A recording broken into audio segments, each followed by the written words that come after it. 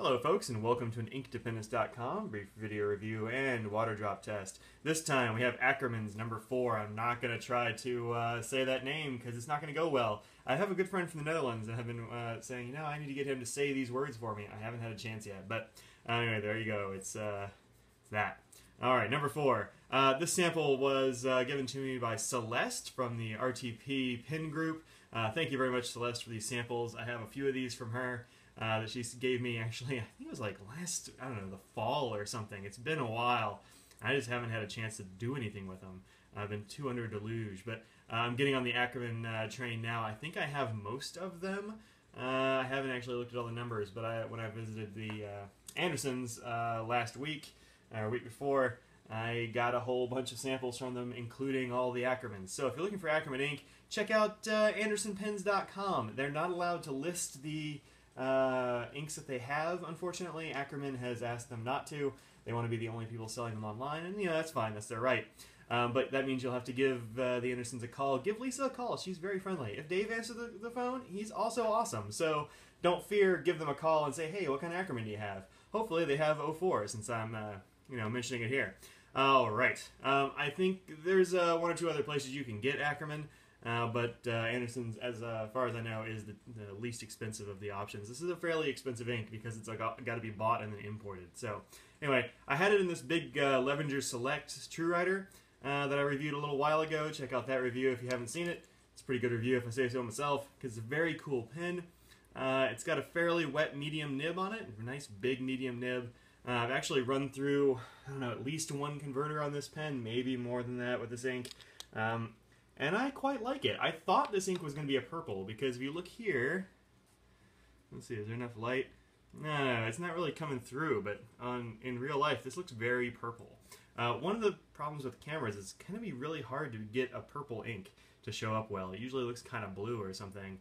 This one goes down the page quite purple, but it definitely dries to something much closer to what you're actually seeing here on the screen. At least to my eye. It's much more of a dark blue, or almost a blue-black if you put down enough of it. So here in these bits, I think it's dark enough to probably be called a blue-black. But anyway, a very dark blue. It's a very cool ink. I think these the ones that I've used so far from Akkerman have been very smooth. I've had no real problems with bleed or feather or spread. There's a little bit of bleed on this one. Go back to my trusty sheet here. There it is right there. This is actually a fresh fill, so that first line is darker than it ought to be, I think. That's kind of super saturated. You'll see a little bit more of that on the back than you will the bottom line. I did a little bit of writing in between just to sort of, get it back to normal after a good fill-in. If you look here at the back, it's this bit right here. And the top line definitely has a few more bleeds. These are really just kind of spots mostly. It's not a big deal where I, was pausing some of the pound sign here and a few other places, but no big deal. This is 20-pound paper. It's pretty standard, so you'll see a little bit of bleed, but I didn't really see any feathering. Let's see if we do a super close up here. I guess there's a few feathers right here on this eye, maybe, but that's not bad at all. I'm not even going to count that, so yeah, no problems there. All right. It's a very smooth ink, as I said before. I really like the way it writes. It feels very nice on the page, so that's a good thing in an ink. It's not skatey, like it's not way too thin or too slippery or something. It feels good. I like it. All right. As I say here, I should not care about that at all, but I really do like this ink quite a bit. Now, let's see if I can get the sheen on here. There's not really enough light. It's been kind of overcast. Yeah, if you look right in here, you'll see a bit of reddish sheen. I'll see a little bit of dirt under my fingernails. Yeah, I've been out weeding in the garden. All right.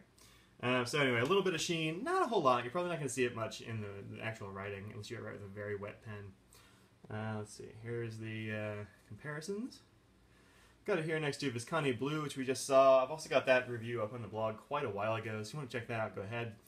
Lamy Blue, Mont Blanc de Faux, because I had that sitting around in the Mont Blanc Blue Hour. These are the pens that I've been using a lot, these colors. So, check those out. The Akkerman doesn't really look like any of these. Really, it doesn't really look like Visconti Blue. The Visconti Blue you'll see here is much more blue, I think, and this is much darker. It's got like real, deep purple tones in it or something strange, but it's very cool. And I don't like purple inks that much, but this one, it's kind of won me over. I've been using a lot of it. All right, so here we go. Aha, and there's that purple. You can see that purple swirling right away. Let's get some on the water test bit here. There we go. Not tremendous water resistance. We can already tell there's going to be quite a bit washing off the page here. So that's that. All right, let's go ahead and mop it up. As I said, it goes down on the page much more purple than it ends up looking. It doesn't end. There we go. Look at all that come up there. But you know, good news is you can actually make out, make this stuff out. It doesn't really smear much, so that's cool. You can make out the W. Yeah, it looks like a lot of the top layer washes off, and there's like a bottom layer that stays around. But yeah, that really stained up my wipey cloth pretty good. So, is it water resistant? I don't know, kind of. Maybe if you're into ink washing, this would be a good ink for you because it's got layers to it, I think. All right, let's take a look at the chromatography.